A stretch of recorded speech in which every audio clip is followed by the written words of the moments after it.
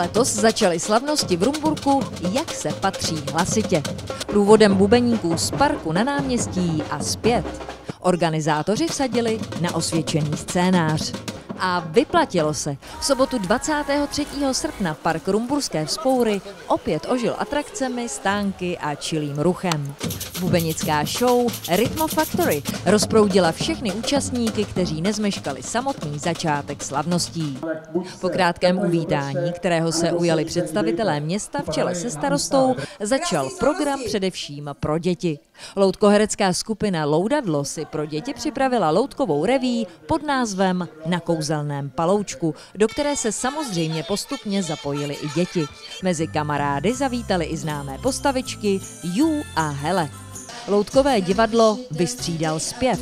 Zejména pro 12leté fanoušky přijela do Rumburku zaspívat mladá zpěvačka Ellie. Zpívat začala v dětské skupině Lollipops a ve svých 15 letech nastoupila na sólovou dráhu. Měla jsem se tady skvěle a myslím si, že jsem v Rumburku už někdy měla vystoupení, určitě z Lollipops podle mě, ale sama si nemyslím. Ale je to tady moc hezký, ale jsme tady přes Německo a Polsko, takže to bylo hustý.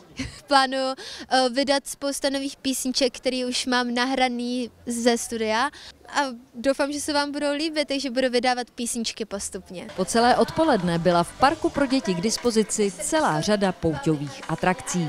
Malování na obličej, kolotoče, trampolíny, střelnice, jízda na koních, skákací hrady, nafukovací skluzavky a další. Stánků s občerstvením tu bylo nepočítaně.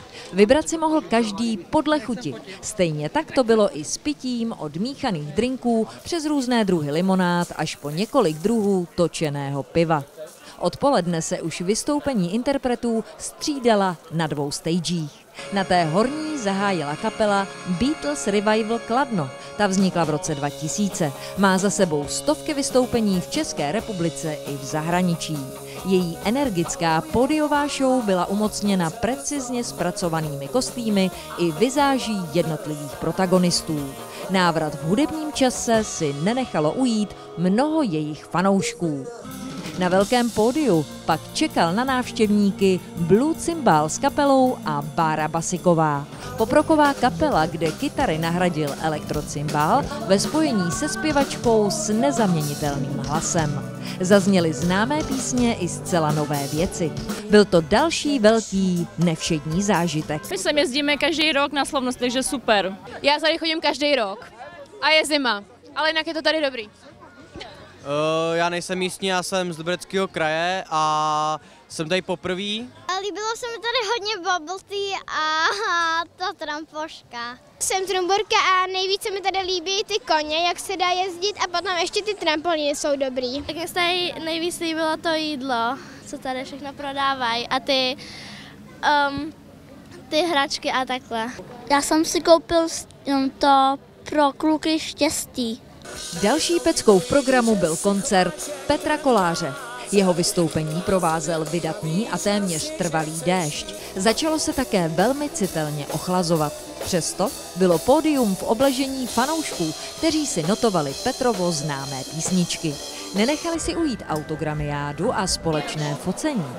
To už se na velké stage chystal hlavní host slavností. Tím byla letos kapela Čechomor, českomoravská kapela, kterou není třeba představovat. Osobitě zpracované lidové písně, to byl vždy hlavní směr kapely a tak se také fanouškům v Rumburku ukázala. V tu chvíli bylo v parku asi nejvíce lidí i přes vydatný teplotní skok a nekončící dešťové přehánky. Na ty, kdo vytrvali, čekali ještě rapper Rohony a na velkém pódiu po 10. večerní i Kiss Revival Czech Republic. Pečlivě připravený program a výběr interpretů i přes nepřízeň počasí přilákal dost návštěvníků, kteří se nenechali odradit, vydrželi a slavnosti si, jak se patří, užili.